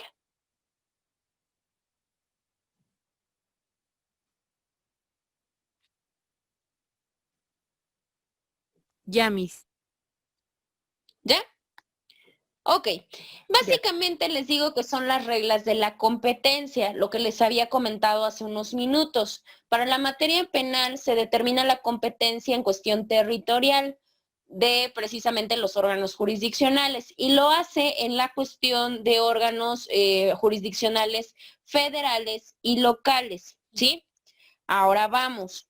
El segundo cuadro que tienen a la vista nos dice y nos habla qué es lo que comúnmente escuchamos. El fuero común, ¿sí? En el caso de los órganos del fuero común, tienen competencia aguas para conocer los hechos punibles que se cometen dentro del territorio judicial en el que se ejerzan sus funciones, de acuerdo a la distribución que hace la ley orgánica, ¿sí? Obvio, lo que decía su compañera hace rato, bueno, pero vamos a pensar que es un municipio. Entonces, en el caso del municipio, ellos tienen su legislación, no, se van a tener que atener precisamente a la cuestión del fuero común. En este caso, ¿quién sería? Nosotros tal vez no lo visualizamos porque estamos en Puebla Capital, pero tendría que ser en Puebla Capital forzosamente. A ver, les remito la 2. ¿Alcanzan a ver la 2? No sé si sea esa, pero dice ¿Ya? para Ok. determinar las competencias territoriales de los órganos jurisdiccionales. Ok, en el caso de la 2, que precisamente es en la que estamos, nos habla de los hechos punibles.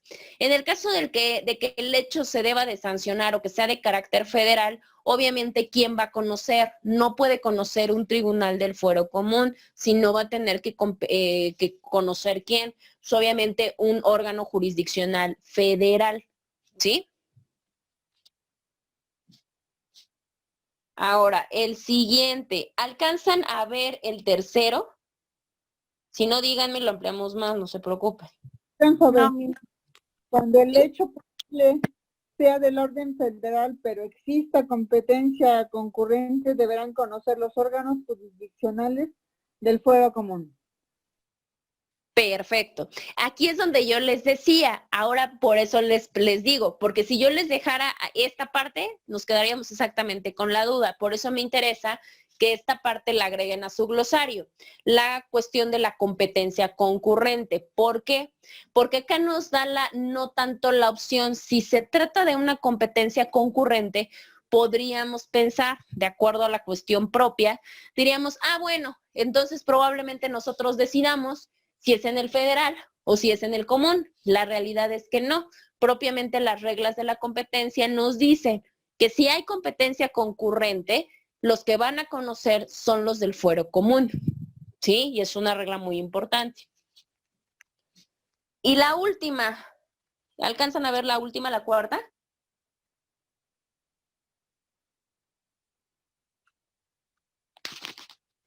No se preocupen. En el caso de la última, nos habla de lo que yo también les dejé precisamente que agregaran Para a su juzgadores, glosario. para ¿Mande? ¿No? Ok. Les decía, en el cuarto nos habla de la otra palabra que van a agregar o del otro concepto que van a agregar a su glosario, que es el concurso de delitos. Porque en el caso de concurso de delitos, el MP federal va a poder conocer de los delitos del fuero común, siempre y cuando tengan conexidad con delitos federales. Esto ya quedará a criterio del Ministerio Público y obviamente también de los órganos jurisdiccionales. En el caso de los órganos federales, van a tener competencia para juzgarlos. ¿Qué quiere decir? Si hay concurso de delitos y hay conexidad, tanto el Ministerio Público Federal los puede investigar y obviamente los órganos jurisdiccionales federales podrán hacer el juzgamiento, ¿sí? En el caso de las sanciones y las medidas de seguridad en delitos del fuero común, se atenderán a la legislación del fuero de origen, ¿sí? ¿Qué quiere decir? Que aunque lo investigue un ministerio federal, a la hora de sancionar tendrá que aplicarse a las sanciones que establece la legislación de origen. En este caso, si fue de Puebla, la de Puebla. En el caso de que la federación no ejerza su facultad de conexidad, en este caso, las autoridades estatales están obligados precisamente a atender el conocimiento de ese hecho lícito. ¿Sí? ¿Entendimos la última fracción? Ok, perdón, me perdí porque se me fue el sonido. Ok, ¿en qué se perdieron? Bueno, ¿en qué se perdió Lisa? En el 4. En el 4. Ok, vamos a hacer lo siguiente. Yo les voy a explicar obviamente qué es conexidad para que no haya ningún problema. Sabemos lo que es delitos federales y delitos locales, fuero común y fuero federal. Lo importante aquí también es que conozcan qué es un concurso de delitos, ¿sí? Entonces, vamos a hacer lo siguiente. Ustedes van a agregar a su glosario competencia concurrente y concurso de delitos. Y la siguiente sesión, porque ya quedan 2 minutos, la siguiente sesión platicamos concurso de delitos y explicamos la fracción cuarta. Ponemos unos ejemplos para que quede claro cómo aplica esta facultad como facultad de atracción que pueden tener los órganos federales. ¿Sí? Me parece bien. Perfecto. Ok, bueno, pues ya tengo una 40, y bueno, ya va a cambiar, una 49, entonces para que no los deje salir a tiempo y puedan seguir con su fin de semana. ¿Hasta aquí tienen alguna duda o alguna pregunta? No, aquí nos quedamos. Quiero saber si nos... Perfecto. Perfecto, entonces ya nada más les aperturo, déjenme checar si les dejo algún video y ya nada más les aperturo el espacio para el glosario Sobre sus diapositivas. para que lo puedan tener ahí. Miss, ¿Mande? ¿Nos va a subir las diapositivas o nos las va a mandar por WhatsApp? Pues si gustan se las subo a la plataforma. Ok, porfa, ¿no? Sí, Porque si gustan se las cargo a la plataforma. Recuerden que es material que voy modificando, por eso les decía. Pero yo se las voy subiendo conforme vaya avanzando en lo que les proyecto. que si iba a subir, Mande. preguntaba que si iba a subir sus diapositivas, es que como que se va el audio. Sí, eso me acaba de preguntar tu compañera Elisa y es lo que le estoy comentando, que se las suba a la plataforma, las de esta semana. Ok. O sea, ¿Sí? las de esta semana comprenden las de la otra semana que también faltaron. Las de la primera semana ya se las subí, ¿no? La primera presentación, que abordamos 2 clases con esa presentación. Ok, pero empezamos con esta otra presentación, ¿verdad? La semana Sí, pasada. hay 2. Sí, con esta. Exactamente. De hecho, ahorita les puedo decir, generalmente las trabajo separadas, pero ahorita creo que las voy a trabajar unidas. Entonces, yo creo que lo que voy a hacer, nada más tengan mucho cuidado. Yo creo que lo que... No te escucho, Melanie.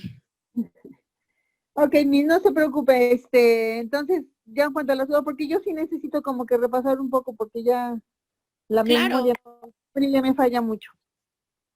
Sí, no se preocupe, le subo esa, le digo que ahorita nada más van 2 presentaciones en 3 sesiones. Entonces, y esta la vamos a seguir trabajando, porque esta vamos como a la mitad. Entonces, esta les va a servir para esta y para la siguiente. Ok. Gracias. Sí, entonces más al ratito se las cargo junto con su apertura para el glosario. Ok. Gracias. Hasta luego. Hasta luego, cuídense mucho, bonito fin de semana. Gracias.